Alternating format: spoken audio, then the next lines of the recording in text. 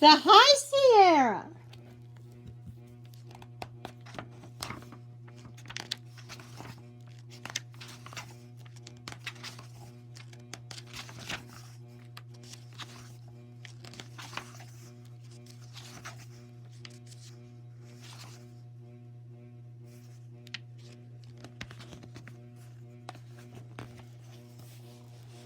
The Sierra Nevada region, covering an enormous section of California and a small corner of Nevada, shaded area at right, is mapped below, highlighting the features discussed in this book. The mountain terrain of the High Sierra appears in yellow, with surrounding foothills and lowlands shown in green. Red outlines enclose tracts of federally protected land, national parks, national forests, primitive areas, and sections set aside permanently by the wilderness. This Act of 1964. Lakes and rivers are portrayed in blue. Lake beds that contain water only part of the year appear here as mottled blue areas surrounded by broken lines. Black triangles mark major peaks, round dots towns and cities. Squares denote points of scenic, recreational, or historic interest. Otherwise, standard map symbols are used. Trails are shown by black lines, paved roads by double lines, railroads by lines with crossbars. This is the High Sierra.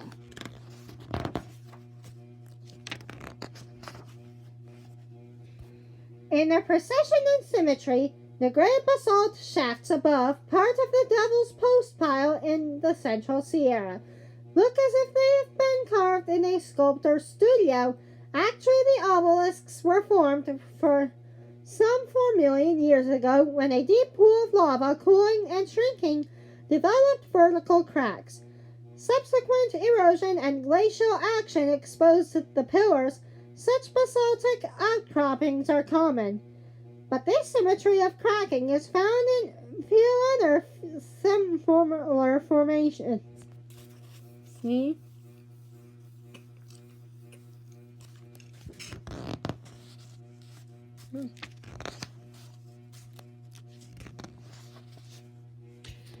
Photographed at dawn, a stretch of the Sierra includes a 14,494-foot Mount Whitney, right rear, and the Alabama Hills, foreground. See all the mountains?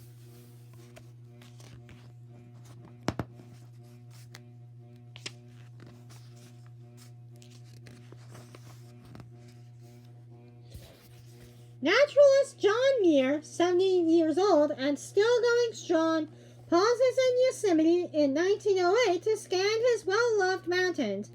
His nature studies took him as far as Alaska, Russia, India, and Australia, but he always returned to Sierra, his spiritual home. This is John Muir.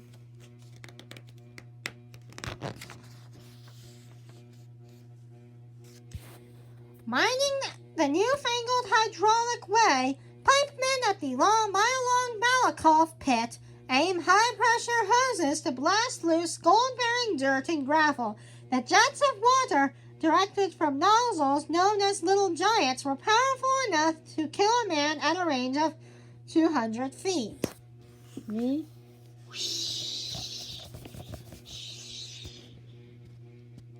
Heading for gold in the 1850s, a group of freelance prospectors sift through silt on a Sierra riverbank. Such groups often brought food and supplies in common and split the coast.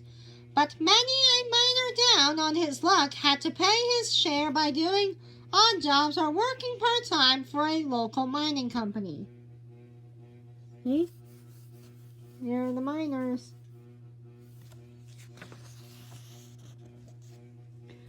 Charles Hoffman, a German-born engineer who acted as field chief of the survey in 1867, sets up his transit near the summit of the Sierra Mountain named after him. His maps of the range established cartographic standards that long outlasted the survey itself. See? There's the mountain Charles Hoffman is named after.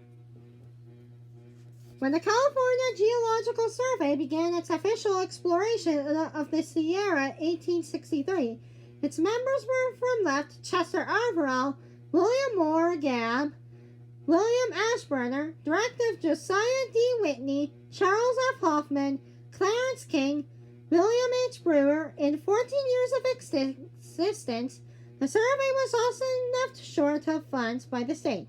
The last of its many publications, a Yosemite guidebook, was printed at Whitney's own expense. See, these are the explorers.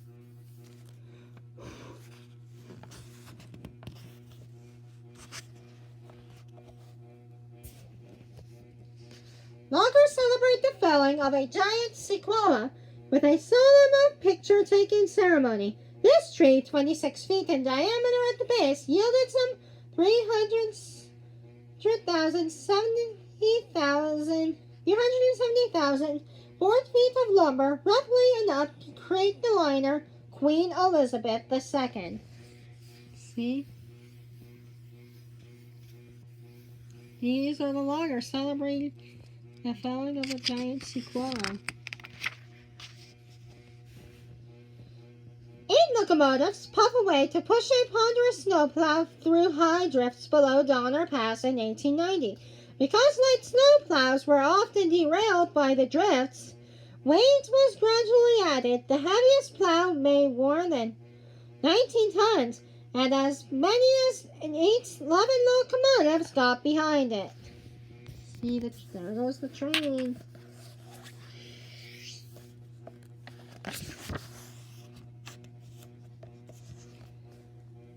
Above Yosemite, 2 open-sided stagecoaches climbed the switchbacks of Big Oak Flat Road.